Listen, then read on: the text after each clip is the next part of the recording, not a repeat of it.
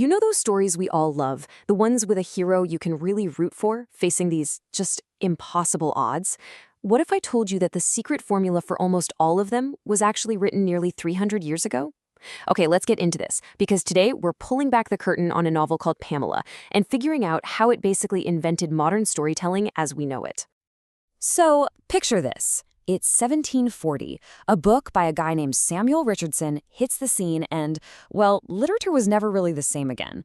And I'm not just talking about a new story. This was a totally new way to tell a story. And this slide just nails the difference.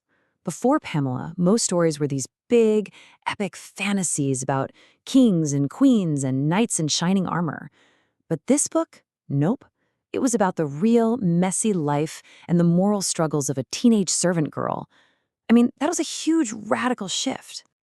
And that brings us to the first huge ingredient in Richardson's secret formula, this brand new, almost shocking obsession with realism. For readers back then, the feeling was just so intimate. This analogy really gets it right.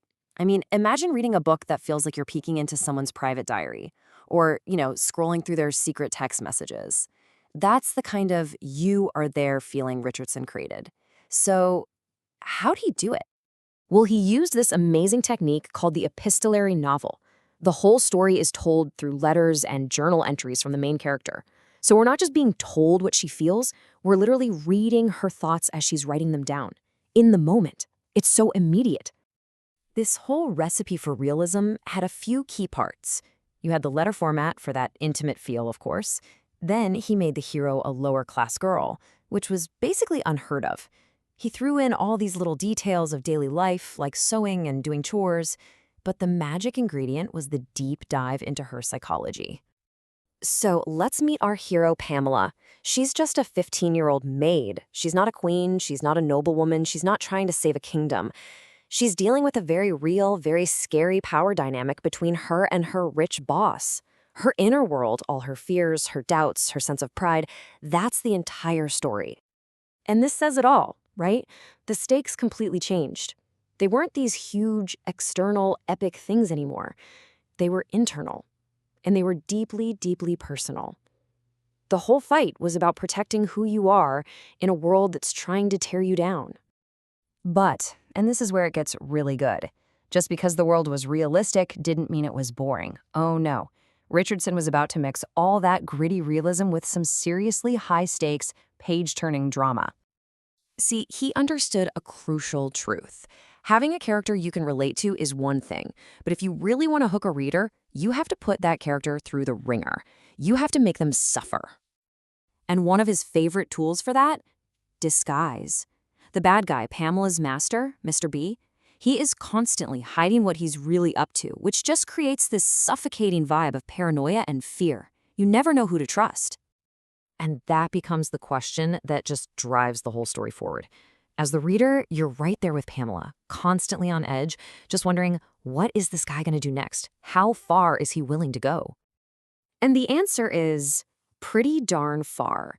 He literally spies on her in disguise. He eavesdrops on her private prayers.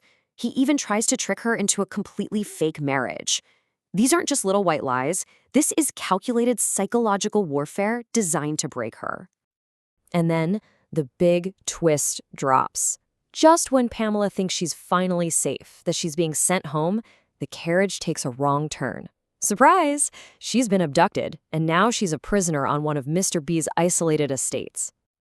And the effect is just electric. The entire feel of the story shifts. It's not just a psychological battle anymore. Now it's a physical one. The book becomes this nail-biting thriller, and we, the readers, feel just as trapped as she is. But Richardson has one more trick up his sleeve, the classic accidental discovery.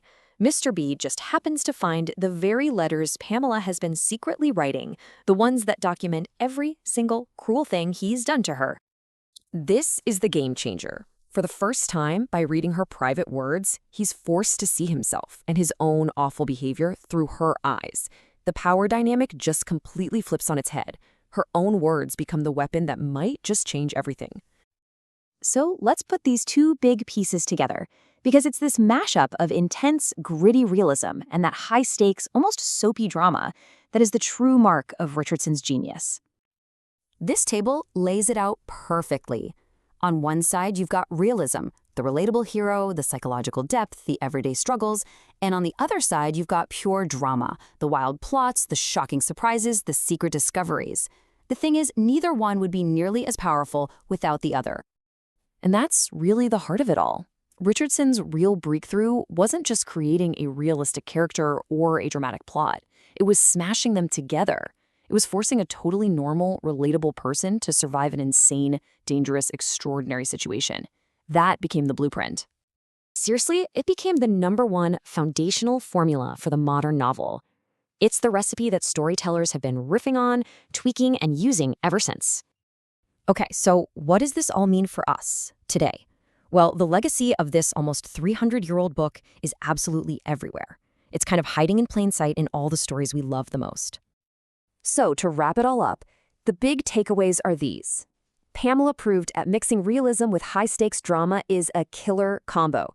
It was one of the first stories to say, hey, a character's internal thoughts and feelings, that can be the main event. And most importantly, it gave us that timeless formula. Take a hero we believe in, and then test them with everything you've got. Which really brings us to one last question for you. Think about it. A vulnerable hero, a powerful villain, a story full of secrets and lies and shocking twists. Where do we see that formula today? In the books you read, the movies you watch, the shows you binge watch until 3 a.m.? The answer, you'll probably find, is pretty much everywhere.